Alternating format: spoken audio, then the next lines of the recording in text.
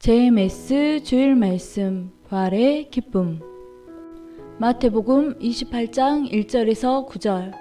안식일이 다하여 가고 안식 후 첫날이 되려는 미명에 막달라 마리아와 다른 마리아가 무덤을 보려고 왔더니 큰 지진이 나며 주의 천사가 하늘로서 내려와 돌을 굴려내고 그 위에 앉았는데 그 형상이 번개 같고 그 옷은 눈같이 익어늘.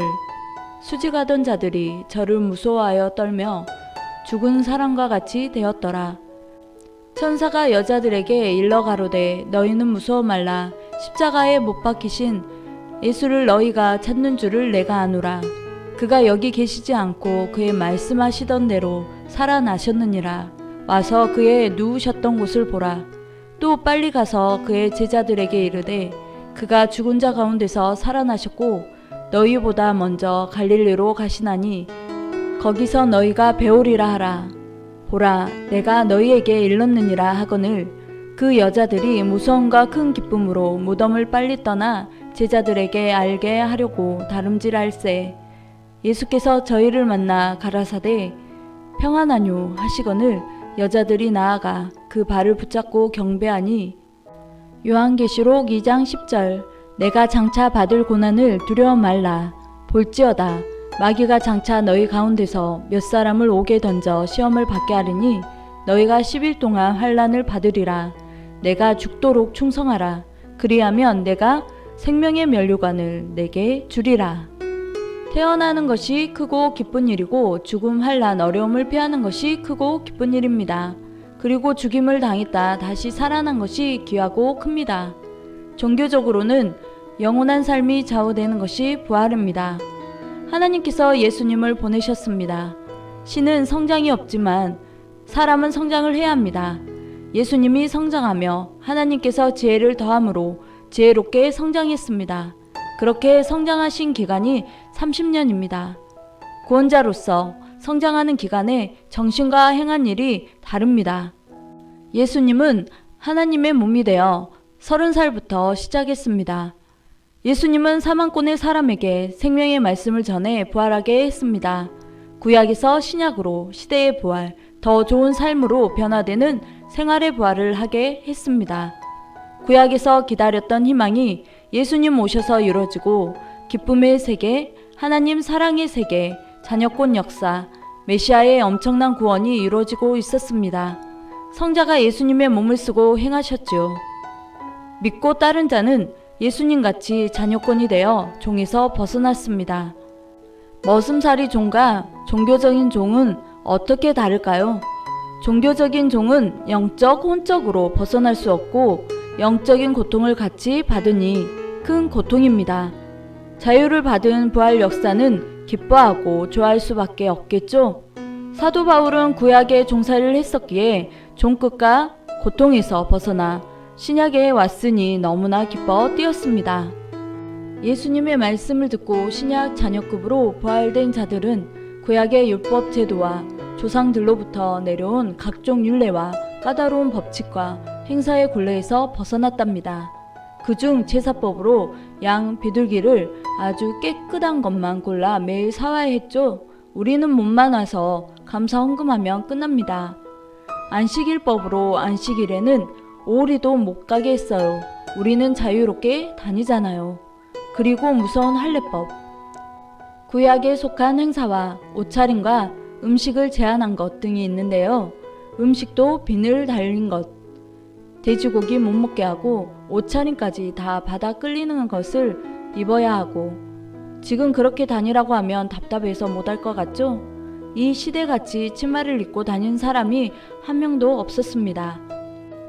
예수님은 신약에서 이러한 구약의 수십 가지의 법을 폐하셨기 때문에 그 법들을 지키지 않아도 죄가 아니었습니다. 그러니 부활의 기쁨이 크다는 것입니다. 그러나 알지 못하는 구약의 종급 제사장과 지도자들이 예수님을 반대하고 악평하고 멸시하고 때리고 발로 차고 죽이려고 쫓아다녔지요. 뿐만 아니라 예수님을 따르는 자들도 미워하고 핍박하고 계획적으로 고통을 주었습니다. 그럼에도 하나님과 성령님과 성자는 복음의 뜻을 이루기 위해 예수님을 쓰고 계속해서 행하셨습니다. 예수님이 어쩔 수 없어 참은 것이 아닙니다. 예수님이 약하니까 당할 수밖에 없었던 것이 아닙니다. 메시아로서 사랑해서 좋아해서 구원하려니까 그런 것은 아무것도 아니라고 하면서 가감하게 펴나가신 것입니다. 우리들도 예수님 같은 마음과 사상을 가져야겠죠? 죽을 때는 사실상 평소 하고 싶은 말을 하고 싶잖아요. 그러나 예수님은 십자가에서 이들이 몰라서 하는 일이니 하나님께 용서해달라고 했습니다. 이것이 예수님의 평소 신앙입니다. 역시 메시아이십니다.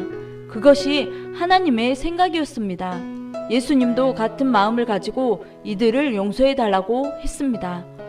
그래서 하나님은 예수님을 통해 기뻐하시고 영광을 받으셨습니다. 항상 하나님의 뜻대로 해달라고 하는 것이 하나님께 영광이 됩니다. 하나님의 뜻대로 되게 해달라고 해야 하나님께 영광입니다.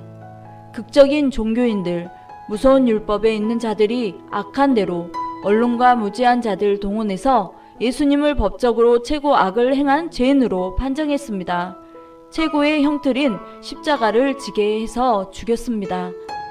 메시아를 보는 사람들이 가장 마음 아프고 심정이 탔죠. 하나님이 사랑해서 예수님을 보냈는데 모르고 저리 대하니 분노가 나지만 이들을 구원하는 것이 목적이니 쳐다볼 수밖에 없었습니다. 무지한 자들을 용서해달라고 하는 예수님의 말씀으로 하나님이 참으셨습니다. 그 참음으로 전능하심을 알 수 있습니다. 왕이나 권력자들은 자기 아들이 죽임을 당하면 못 참고 처단했습니다. 하나님은 전지전능하시니 우리가 실수했어도 용서하시고 행해 주십니다. 하나님은 메시아가 죄인 대신 십자가를 지면 용서하셨습니다. 예수님을 따르던 여자들이 구약법을 따르지 않고 신약법을 따르니 새벽에 예수님의 무덤에 갔습니다. 천사들이 예수님은 여기 계시지 않고 갈릴리로 가셨다. 기뻐하라 하니 여자들이 충격을 받고 살아나셨길 바라며 갈릴리로 갔습니다. 예수님이 동행하며 잘 지냈냐 물으니 두려움도 있고 기쁨이 충만했습니다. 남자 제자들에게 전해 주었을 때 믿은 사람들만 기뻐했지요. 그 후 40일 동안 자주 나타나셨고 하늘의 때에 따라 영의 나라에 가셨습니다. 만약 육신이 살아나셨으면 사랑하고 좋아하는 자들과 같이 역사를 펴며 3년보다 5배는 더 뛰었을 것입니다. 부활하신 후 예수님 육체가 살아서 하신 일은 한 건도 없습니다. 예수님이 십자가 졌을 때 옥에 있는 영들에게 복음을 전하셨습니다. 예수님은 메시아이지만 온 인류의 죄를 대신했기에 옥에서 3일 동안 죄값을 치르며 죄인 취급을 받으신 것입니다. 옥에 있는 영들을 전도하러 가신 것이 아니고 감옥에 가게 되어 옥에 있는 사람들에게 말씀을 전하신 것입니다. 예수님께서 부활하여 기쁨으로 2000년 역사를 펴왔습니다. 예수님이 만일 평소에 죄인으로 살았으면 완전히 부활을 못합니다. 의인이기에 때가 되면 태양같이 솟아난다고 했지요. 예수님이 화난다고 다른 사람들을 죽였으면 사형수가 되어 무기징역을 받아 못 나오죠. 영계법은 미워하면 살인으로 무기징역입니다. 죄도 없는데 미워하면 영의 무기징역을 받습니다. 그렇다면 예수님의 부활은 없었겠죠? 신부 신랑이 죽었다가 살아난 것은 다시 사랑하며 살기 위함입니다. 우리가 부활하고 살아난 것은 하나님을 사랑하고 기뻐하고 좋아하며 휴거 역사를 계속 펴기 위함입니다. 하나님을 100% 극적으로 사랑하는 신부로 살아야 부활한 기쁨이 있습니다. 앞으로도 기쁨으로 부활의 역사를 펴나가실 텐데 이때 더욱 새로운 부활, 깨닫는 부활, 행하는 부활이 되어야겠습니다. 부활기를 맞아서 여러 가지 좋은 일들이 많을 것이라 말씀하십니다. 매일 부활의 기쁨으로 하나님을 사랑하고 좋아하고 기뻐하며 살아요. 평소 신앙 잘하고 자기 처소에서 전도하고 열심히 신앙생활 하는 것을 볼 때 부활할 만큼 되었다 하십니다.